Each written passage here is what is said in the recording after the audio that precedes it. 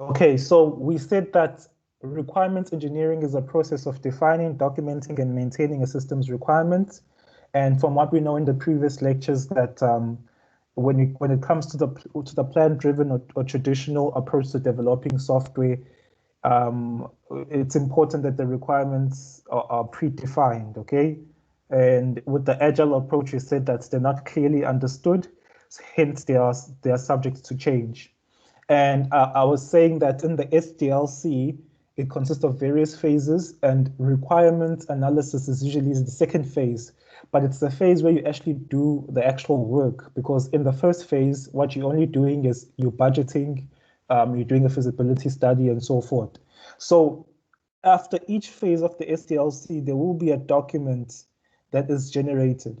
So for the requirements analysis, usually we generate a requirement specification, okay, or a software requirement specification document, which in a sense can also serve as a contract, okay, especially if you're using the traditional plan-driven approach. It can serve as a contract of the work that needs to be done, because also there you would include the budget of how much it will cost to do this project.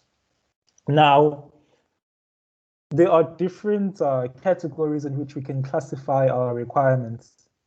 We have business requirements, which it's all about outlining the goals and objectives and needs of the organization. Mostly the people that are doing business management will be focusing on the business requirements. Then you also have stakeholder requirements. So the people that are in the organization and the people that are outside the organization, maybe our suppliers, our customers, and so forth, we need to speak to them to find out what are their requirements. And this is referred to as stakeholder requirements. Let me remind you that stakeholder and stockholder is not the same thing.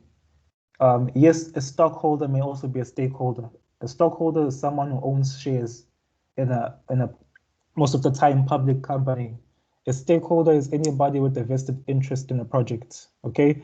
And this can be somebody inside the organization, it could be somebody outside the organization. So we need to understand the stakeholder requirements as well, what they're expecting out of the project. Then we have solution requirements. So how far or how well is our projects that we're going to develop going to meet the needs of the stakeholder, okay? So that's what the solution requirements are. They describe the characteristics that a product must have to meet the needs of the stakeholder and the business itself. Now, when it comes to the solution requirement, we can further divide them into two categories. We can have non-functional requirements, which specify the quality attributes of a system. And then we can also have functional requirements, which basically speaks to the features of the system. And in the next slide, we'll talk about them in detail. Then we also have transition requirements. What would it take for the company to go from currently where it is to where it wants to be?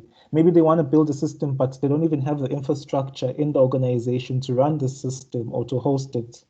So maybe the transition will require them to first implement some sort of IT infrastructure within the organization. So those are what we refer to as transition requirements. What needs to be done to change the organization from how it's currently operating to where it wants to be. So your solution requirements, you can further divide them into two. The functional requirements are based on the type of software that you're going to be developing. Your features, it's basically your features, okay? What kind of features will the system have? And that's system specific. There's no general category for that. And then we have our non-functional requirements, which we can say it's our quality attributes, because they define not the features, but the requirements at which a user will expect out of a system, okay? So for example, let's take the first one, for example.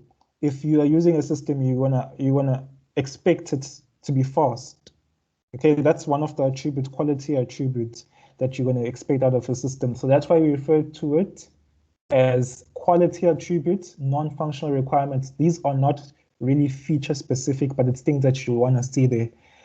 Size, reliability, performance, robustness, portability. There's actually a number of them, okay? So the important thing that you grasp what we mean by non-functional requirements. So when you talk about the requirements engineering process, okay, it's divided into 3 stages. So when you're doing requirements engineering, the first step you do is elicitation. Here you're trying to find out the facts, okay? Then once you find out the facts, then you need to document them, which we refer to as specification. And then the third phase is validation. How do we measure? How do we measure what we currently have and what the customer is trying to achieve? So there has to be some way to measure that. Okay, you can't just it can't be just one-sided the whole time, where you're viewing things from your perspective. You need to find a way to measure it against the customer. So requirements elicitation, which is the first step in the requirements engineering process. So what is it? Gathering information from stakeholders.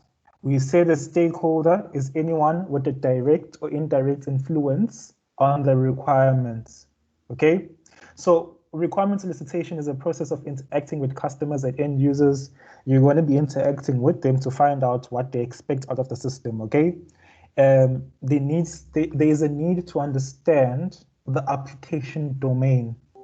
What do we mean by application domain? The application domain is the environment at which the system is operating in, okay? And that helps you to identify who are the objects, especially if you're using object-oriented programming languages. Example, what you have in your assignment in question 4 is the application domain for a system, okay? And the application domain is a system for a college. You can have an application domain for medical institutions and so forth, okay? So the application domain helps us to understand how does the environment operate so that you can identify the different objects that operate in this environment. And it can help us when we're doing the requirements elicitation process because we know who to speak to. And then stakeholders involved, examples of such stakeholders include end users, the people that are going to be using the system, okay? Managers in the organization, systems or software engineers, test engineers, maintenance engineers, and so forth. So requirements elicitation is such a lengthy process that even it itself has its own process, okay? Yes, it falls under requirements engineering, but it has its own process as well, where you start by doing requirements discovery, okay? When you're first talking to the people, the stakeholders, we refer to that as requirements discovery. Then we have requirements classification, where now you classify them into those categories that we mentioned earlier. The business requirements will typically be known by then, but in terms of categorizing them into solution requirements that are either functional or non-functional, that could be a starting step there in requirements classification. So you classify them into those different categories, and then you do a requirements negotiation. We're trying to figure out what is important, okay, what is most important and what is least important. And you're going to have to start with higher priority requirements and develop those first. So requirements negotiation involves you actually speaking to the customer and finding out whether something actually really needs to be done. Because remember, you're working on a budget, and as an expert, you need to advise the customer when something is doable or not. Okay, so certain ones could be deemed high priority, which you have to do them, but other ones they may be redundant features. And then once you're done with that, you're going to have to document what you currently have, and then that's referred to as requirements specification within requirements elicitation. All the requirements discovered and documented input into the next spiral, okay? So moving on, what are some of the techniques which we can adopt to get the requirements from the stakeholders. So we can firstly do an interview. An interview is a good way of gathering the requirements because an interview puts the developer within, basically you become a researcher, okay? And you part of the process. It's an open-ended discussion sort of thing, okay? It's formal, informal interviews are conducted to relevant stakeholders. You put yourself within the project, you talk to the customer.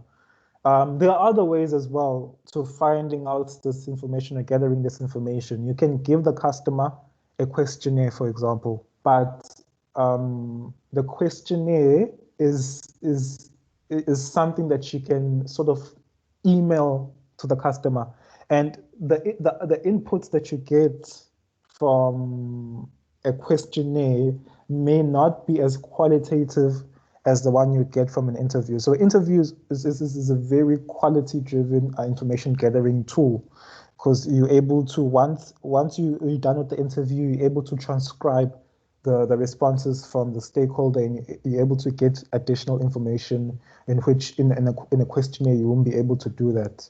Okay, so this is the first a technique that should come to mind.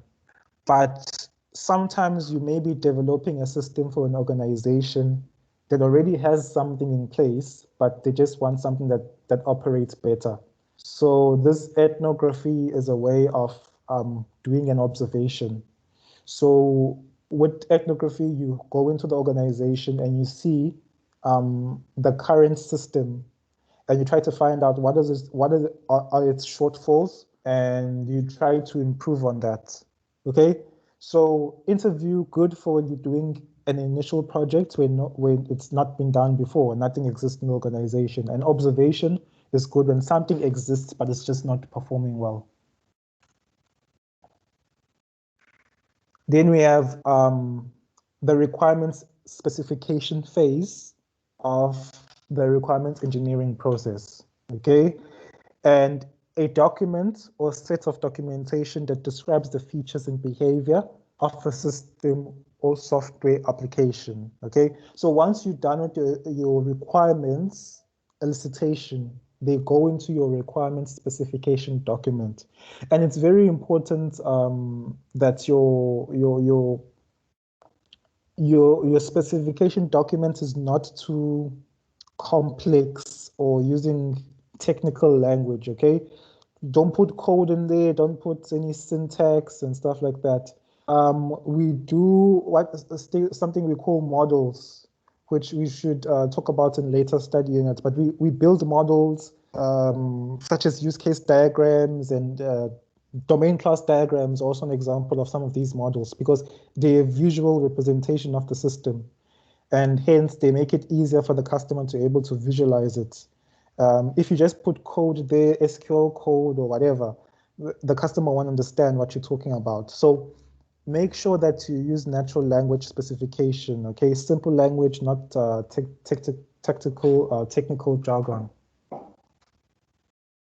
So when you talk about the software requirements documents, you say it's an official statement of what the software developers should implement.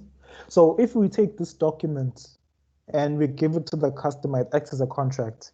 If we take this document and we give it to the development team, they should have an understanding of what needs to be done, okay? It includes detailed user and system requirements. It is more crucial if a system is outsourced for development or in situations where different teams develop different parts of the system, okay? Remember that documentation is very helpful in the instance that we have different parties, okay, different development teams, because once each team has a copy of this SRD, we all sort of on the same page in terms of what needs to be done, okay? So it's very crucial if it's outsourced. If you're not going to be developing it in-house and you're going to be another organization is going to be developing the system for you, it's important that they also have a copy of that systems requirement document. So when you talk about structured specification, which is structured specification is what you would expect to see out of a system requirements document.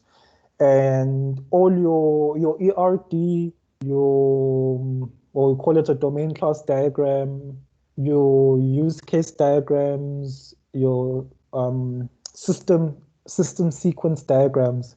You may be hearing about these for the first time, but you're probably going to cover them in IS and also in later study unit here in software engineering. So we refer to these as structured models. Why do we call them structured models? It's because they give us a picture of the structure of the system. They show us what are the inputs and what are the outputs of the system. If an actor triggers an event on the system, how should the system respond? So structured specification is a very good way to represent the system in a non-technical manner that anybody who's not a developer can have an understanding. And of course, the use case diagram is one of these diagrams. And so what is a use case, by the way?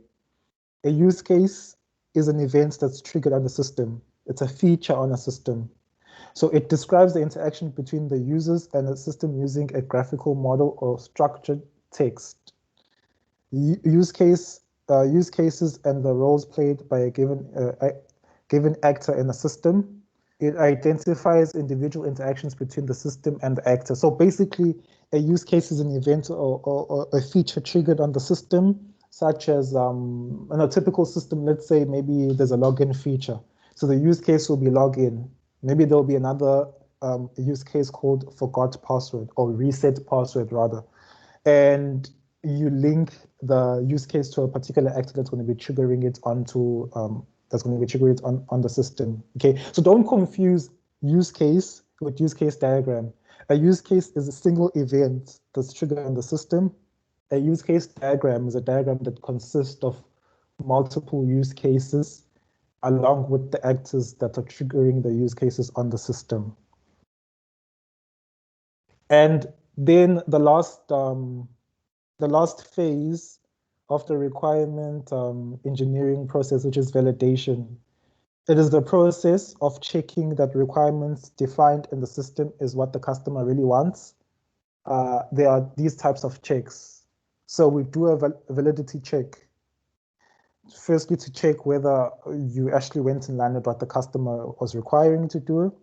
And then we do a consistency check. Are we duplicating certain features? Is there anything we're leaving out? Is there any features that will conflict? Okay, that's what's involved in the consistency check. And then we do a completeness check. It ensures that requirements must be complete. And then we have realism checks. Requirements must be implemented within the proposed budget of the system, okay? You can't have these fancy requirements, but then when you actually look at the budgets, you can't accommodate for that. You don't even have the proper skills in the organization to implement those fancy requirements. So realism check, that's what it is. It's a reality check, okay? We measure what the customer, particular requirements and how much it will cost to build them. And then verifiability, system requirements must be verifiable.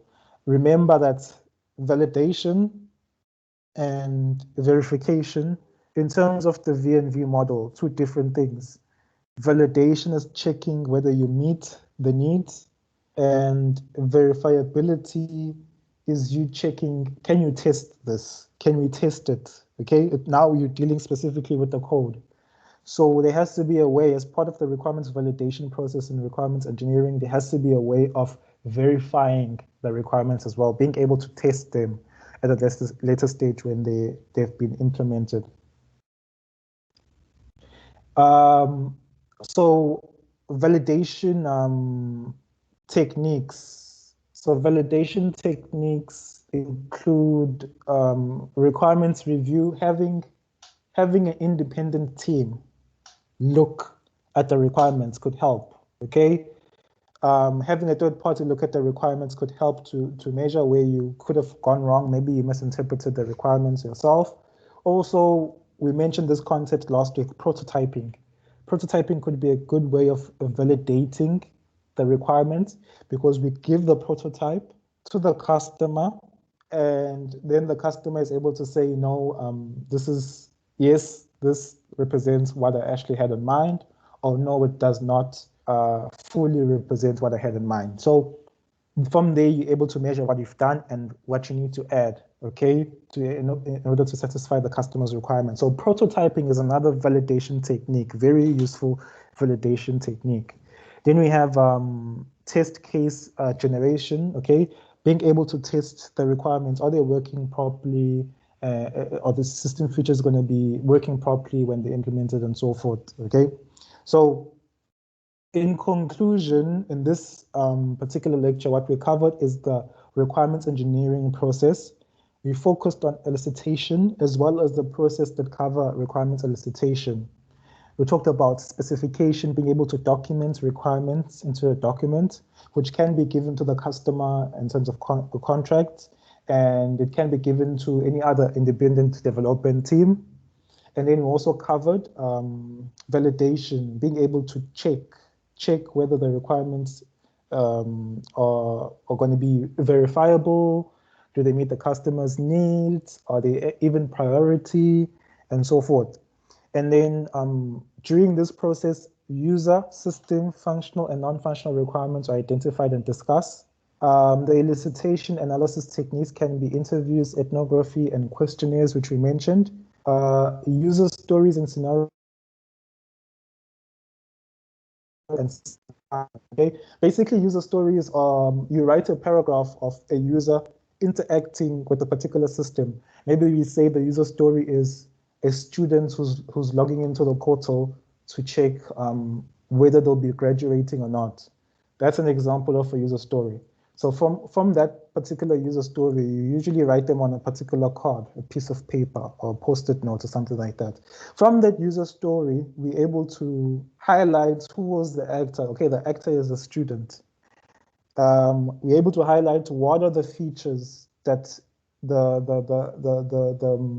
this particular student will be interacting with during this user story or user goal. And checking results, logging in, those are the common ones, okay?